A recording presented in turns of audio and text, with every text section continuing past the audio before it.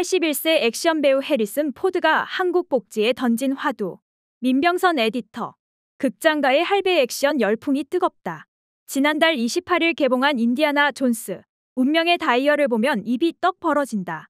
1942년생 81세인 주인공 해리슨 포드가 붕붕 날아다닌다. 말을 타고 뉴욕 시내를 질주하고 비행기를 몰고 맨주먹으로 적을 때려 눕힌다. 그는 최근 인터뷰에서 신체적인 활동을 요구하는 연기가 정말 재미있다라고 했다. 그야말로 나 아직 안 죽었어다. 위험한 장면에서는 대역 스턴트맨을 쓰고 컴퓨터 그래픽의 도움을 받았겠지만 노익장이 대단한 건 부인할 수 없다.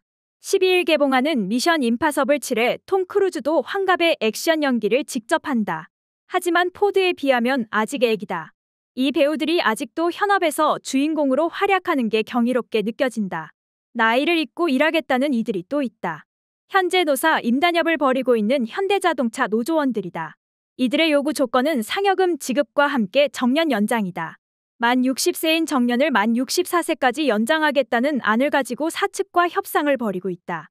현대차 노조는 임단협 결과와는 상관없이 예정대로 총파업에 참여하겠다는 입장이다. 윤석열 정권 퇴진을 기치로 민주노총 금속노조는 3일에서 15일 2주간의 총파업을 벌인다. 이와는 반대로 올봄 프랑스 거리는 늙어서까지 일 못한다는 시위로 뜨거웠다. 정부가 연금 수령 연령을 늦추는 이른바 연금개혁을 추진하자 국민이 들고 일어났다. 프랑스 정부는 정년을 현재 62세에서 64세로 늦추는 연금개혁안을 추진하겠다고 발표했다. 이 안대로라면 9월부터 연금 수령 나이가 해마다 석 달씩 늦어져 2030년 64세가 된다. 법안에 반대하는 계층은 주로 블루칼라 노동자들이다.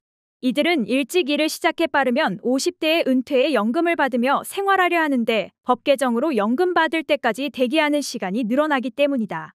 젊은 시절 일하고 은퇴하려고 했더니 10년 넘게 생계 유지 방법을 찾아야 하는 게 불만이다.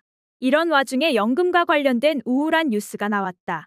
6일 국민연금연구원의 발표 자료에 따르면 매달 286만 원을 버는 평균 소득자가 올해 국민연금에 가입해 10년간 보험료를 내도 노후에 매달 받는 연금이 35만 7천 원 정도에 불과한 것으로 나타났다.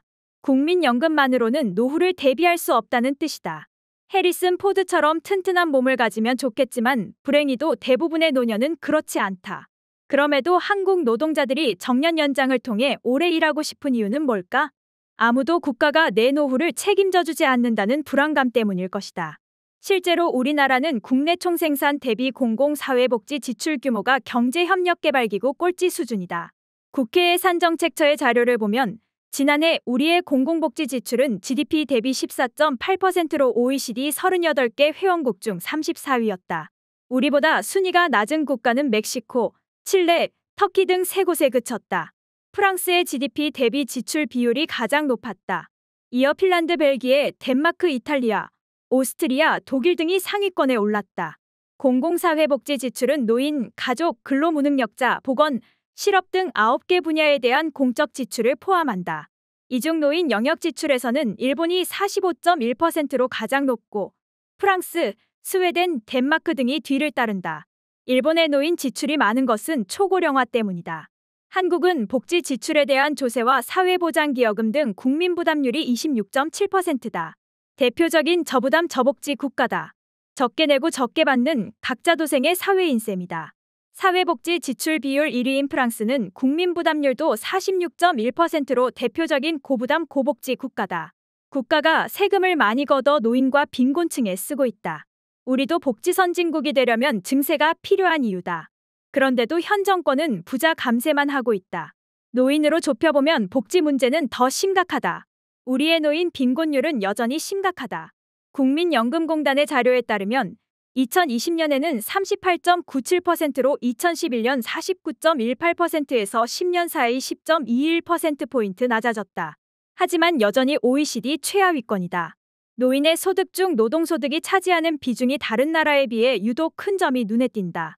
노동소득이 차지하는 비중은 한국이 42.8%로 일본, 미국, 영국, 캐나다, 호주에 비해 월등히 크다.